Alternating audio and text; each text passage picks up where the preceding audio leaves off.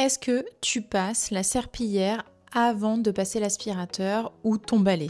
Bienvenue dans cette nouvelle vidéo, moi c'est Virginie Pinceau, coach en rangement et en organisation. J'accompagne les femmes qui veulent se sentir mieux chez elles et en elles dans leur quotidien par des outils simples et efficaces, que ce soit en coaching, par le tri et l'organisation. Avant de commencer cette vidéo, je t'invite tout de suite à t'abonner à la chaîne, ça m'aide énormément et ça me permet de continuer à créer du contenu comme celui-ci. Aujourd'hui, je voulais te parler d'un sujet qui revient constamment dans les accompagnements que je fais avec mes clientes, que ce soit pour le tri ou l'organisation. C'est de penser que l'organisation va fonctionner seulement en rangeant. Je suis désolée, spoiler alerte, ça ne fonctionne pas. Aujourd'hui, je te partage 6 choses à surtout ne pas faire si tu veux une maison qui soit organisée et rangée au quotidien et que ça te pèse beaucoup moins au niveau de ta charge mentale. Premièrement, ranger sans trier. Je le disais tout à l'heure, c'est comme passer la serpillière avant même de passer l'aspirateur, ça sert à rien. On va déplacer les objets, leur trouver une place temporaire sans vraiment leur accorder la bonne place dès le début. Et en plus, tu vas garder des objets qui t'encombrent plus qu'autre chose, qui te complexifient ton organisation et ton quotidien. C'est impératif de faire un tri avant de ranger. Trier, ce n'est pas ranger. Trier, c'est bien choisir les objets que tu veux garder et aussi qui te servent ou qui t'apportent vraiment une satisfaction dans ton quotidien. Ça, c'est primordial avant de commencer à organiser les choses chez toi. Quand on veut organiser, et ça c'est le deuxième point, c'est acheter plein de boîtes avant même de trier et d'organiser. T'adores les boîtes, tu les trouves très belles, mais finalement, en fait, tu vas avoir des boîtes qui ne correspondent pas du tout à ce que tu veux. Et en plus, tu vas en avoir tellement que tu vas vouloir absolument mettre des choses dedans. Et donc finalement, il y aura un effet contre-productif en fait d'acheter plein de boîtes qui, ne sont pas adaptées à ce que tu souhaites. Et en plus, vont t'encombrer plutôt que te servir vraiment dans ton rangement et dans ton organisation. Il faut que les boîtes que tu choisisses aient déjà une utilité, une fonction attribuée et qu'en plus elles soient adaptées à ton usage au quotidien. Troisièmement, ne pas mettre en place des routines qui soient simples et efficaces et qui veut dire que tu fais ton rangement, ton ménage en une seule fois plutôt que de le faire progressivement. Ça va avec les points précédents, effectivement. Il faut que tu mettes en place des routines qui t'allègent et qui simplifient ton quotidien sans te surcharger à chaque fois et qui deviennent tellement une corvée que tu n'as plus envie de les faire. L'objectif n'est pas de passer des heures le soir à ranger sa maison, mais bien d'avoir des routines simples qui se mettent en place le matin et le soir sur ta fin de journée, ta fin de semaine, ton week-end, mais qui soient permanentes et durables dans le temps.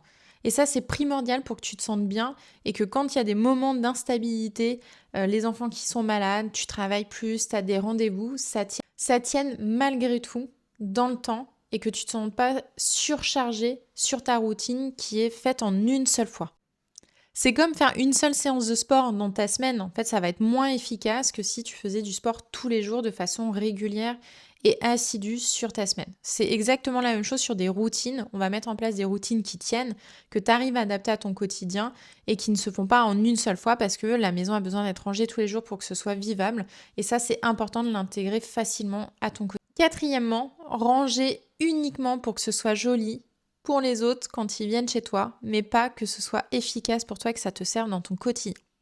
Souvent, mes clientes me disent qu'elles ont l'angoisse que leur famille, les amis les jugent quand ils viennent. Donc, elles rangent tout, elles font tout le ménage d'un seul coup, qui va avec le point juste avant. Mais finalement, elles rangent pour les autres et pas pour elles.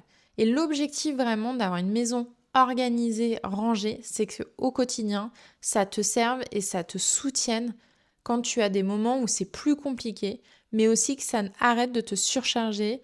Ranger au quotidien doit vraiment te soutenir et pas être une obligation uniquement quand les personnes de l'extérieur viennent chez toi. C'est vraiment quelque chose qui se met en place au fur et à mesure, donc dans tes routines comme on l'a dit juste avant. L'objectif, c'est que ça devienne fluide et que tu ne le fasses pas par obligation pour les autres, mais vraiment que ça t'aide pour toi et que ça t'allège ta charge mentale dans ton quotidien. Cinquièmement, garder énormément de au cas où. Même un petit peu, tu vas voir en fait dans ton quotidien, ça fait beaucoup de trop parce que tu vas garder plein de choses au cas où et tout peut servir au cas où. Une boîte peut servir au cas où, tu peux garder des assiettes en plus au cas où que tu aies 30 personnes à venir chez toi. Tu peux garder au cas où 15 parures de lit alors que tu n'en as qu'un. mais pareil pour les serviettes. Et c'est important vraiment de faire un choix, vraiment important de faire le choix consciemment par rapport à ce qui va t'alléger et ton quotidien, ton environnement, mais aussi ta charge mentale. Tu vas garder des choses que tu aimes, qui te servent, qui sont utiles dans ton quotidien, mais pas qui sont seulement au cas où et que tu vas peut-être utiliser que une fois dans l'année parce que finalement, tu n'en as pas l'utilité. C'est comme les affaires de ski, par exemple. J'ai des clientes qui gardent leurs affaires de ski au cas où si elles venaient à retourner au ski un jour. Alors qu'elles n'y vont plus du tout, ce n'est pas un rituel en fait annuel de retourner au ski.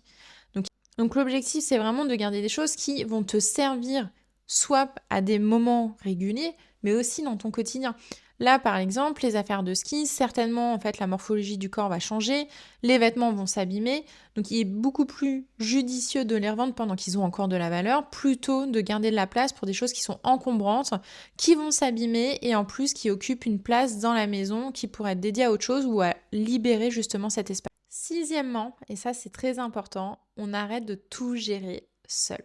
Chaque personne dans la famille doit aussi contribuer, et ça on en parle souvent, et ça j'en parle beaucoup dans les vidéos précédentes, c'est important que chaque membre de la famille participe dans le quotidien à son niveau, donc capacité pour les enfants en fait adaptée à l'âge, au conjoint en fonction de sa disponibilité. Mais c'est important aussi d'adapter le système pour les enfants, et ça je vous en ai déjà parlé dans la vidéo précédente que je vous remets juste ici. C'est important vraiment de mettre en place des systèmes où les enfants peuvent participer et du coup allège aussi les tâches dans le quotidien. Si cette vidéo t'a plu, je t'invite à mettre un pouce et je te retrouve dimanche prochain pour une nouvelle vidéo.